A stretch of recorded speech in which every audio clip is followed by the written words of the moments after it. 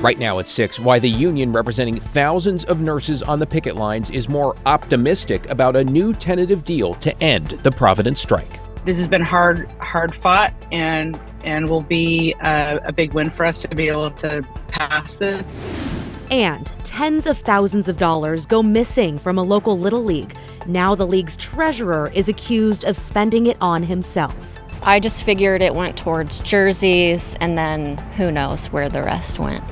Plus, a travel nightmare for a local wheelchair rugby team who says their airline left them stranded. The worst air travel experience I've been a part of, and I've been traveling all my life. Then excitement at the Oregon Zoo. We're here to see the baby elephants. The big crowd that turned out to see the zoo's cutest addition.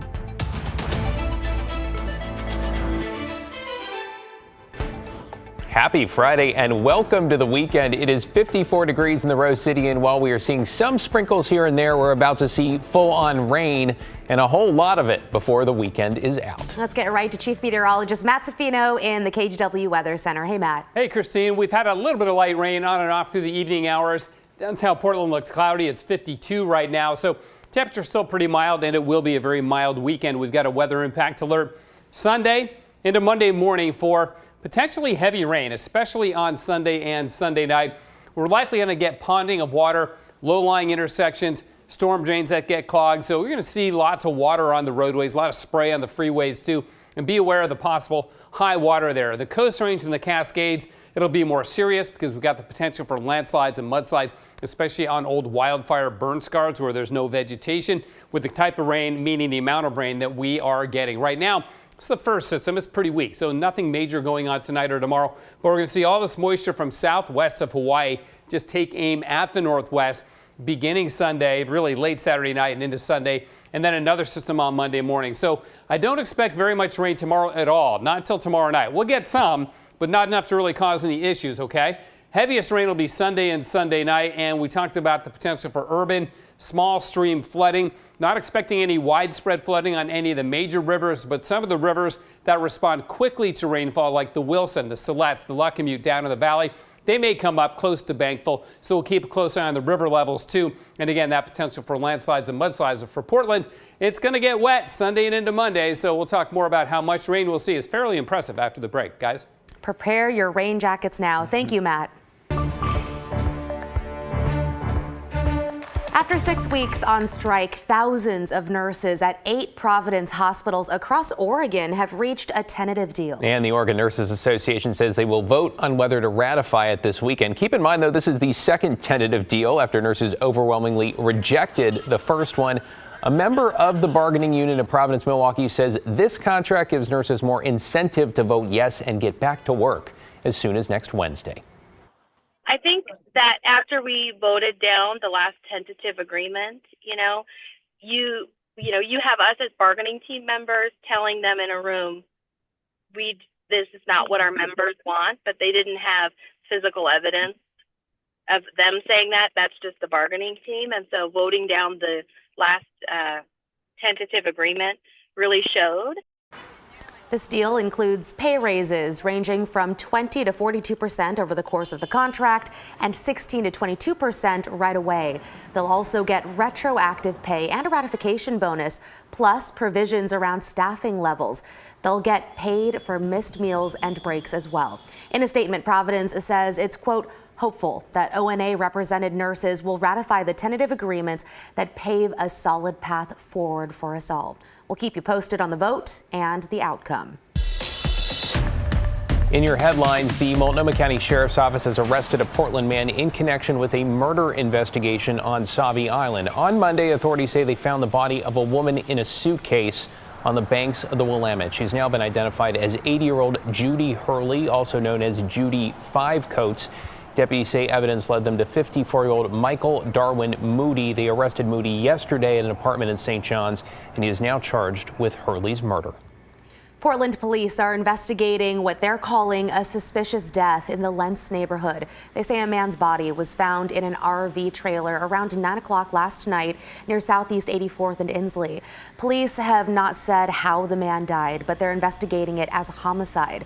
His name has not yet been released.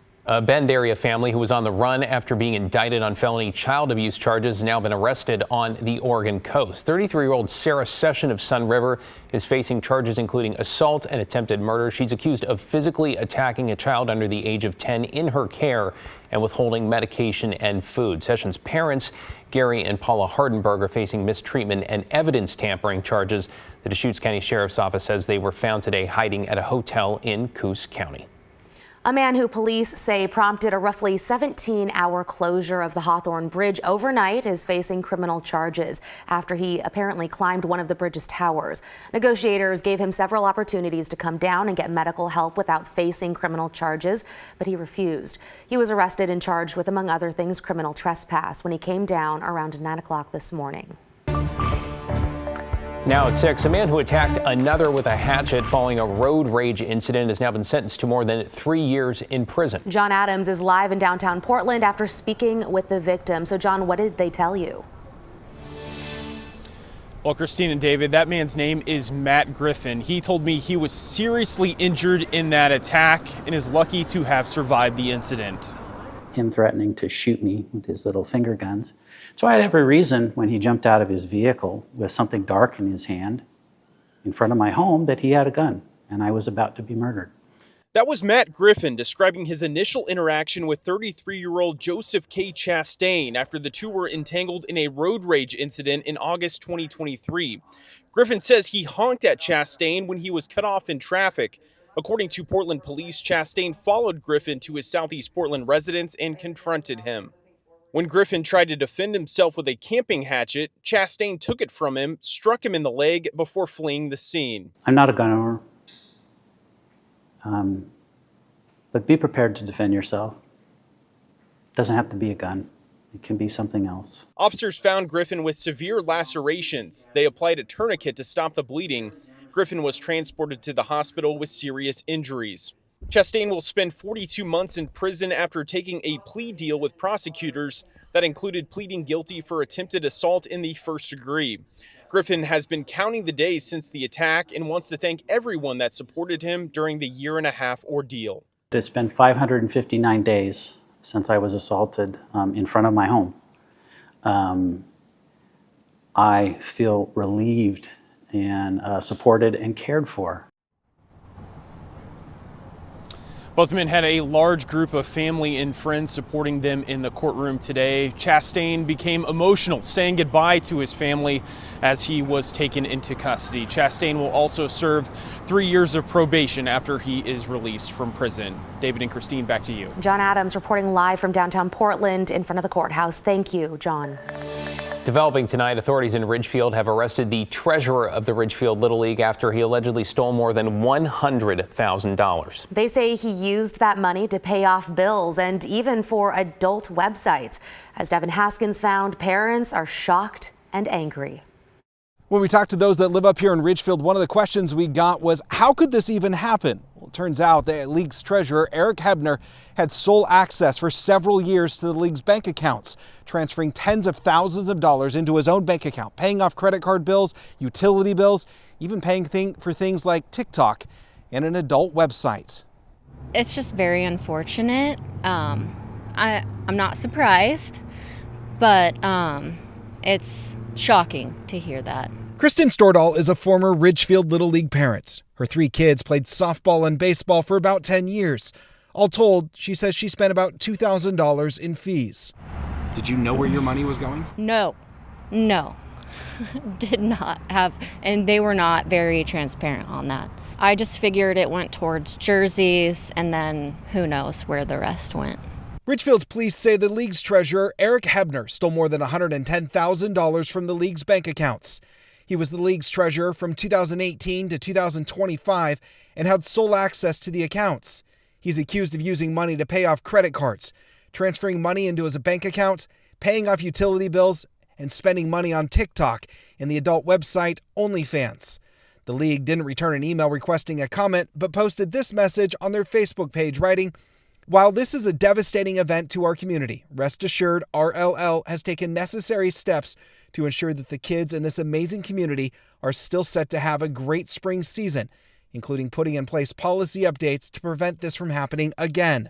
For parents like Stordahl, she wasn't entirely surprised when we told her. I'm just not surprised because I feel like us as parents bought so many things for the Little League, and it should have been supplied, and a lot of it wasn't.